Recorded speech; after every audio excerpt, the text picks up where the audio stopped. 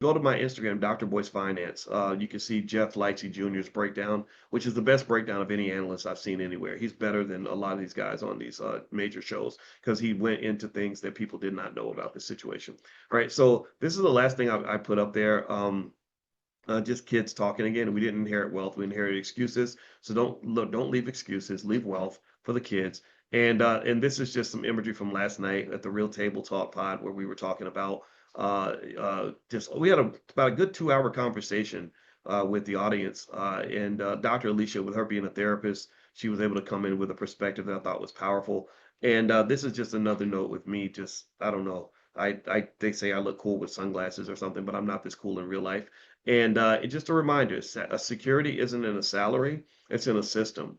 And one of the things I want you to do is, and this is something that we teach kids when it comes to wealth, is I want kids to grow up having systematic thinking. I don't want kids thinking in terms of what I call low-level math when it comes to making money. Low-level math or for one-dimensional math is where you simply take the number of hours you work and you multiply it by your hourly wage, and that's how you come up with how much money you make.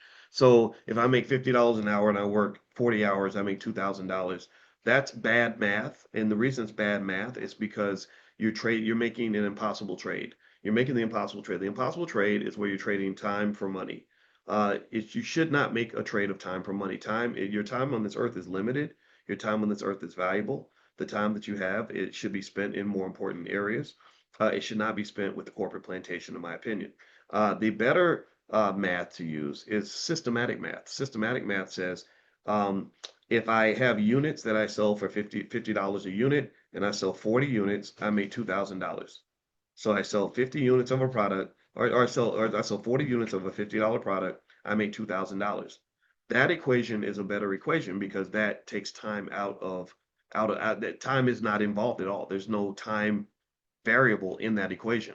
And so what that means is that's financial consciousness because you've leveled up. You've leveled up to another dimension. You've leveled to a dimension where time does not exist anymore, and time is no longer the barrier or the constraint that keeps you from optimizing your wealth. This is why wealthy people, this is why entrepreneurs that are really good at entrepreneurship, really good at investing, make so much more money than laborers do because laborers are constrained by time. Do you understand? Like you're trying to make your money in a box. People that get rid of the box, get rid of the cage, have an unlimited ability to make money, right? So I want your kids' future to be unlimited. I want them to understand. I think every black child should know how to start a business by the age of 12, just in case they can't get the job they want. Every black child should own stock when they're a baby.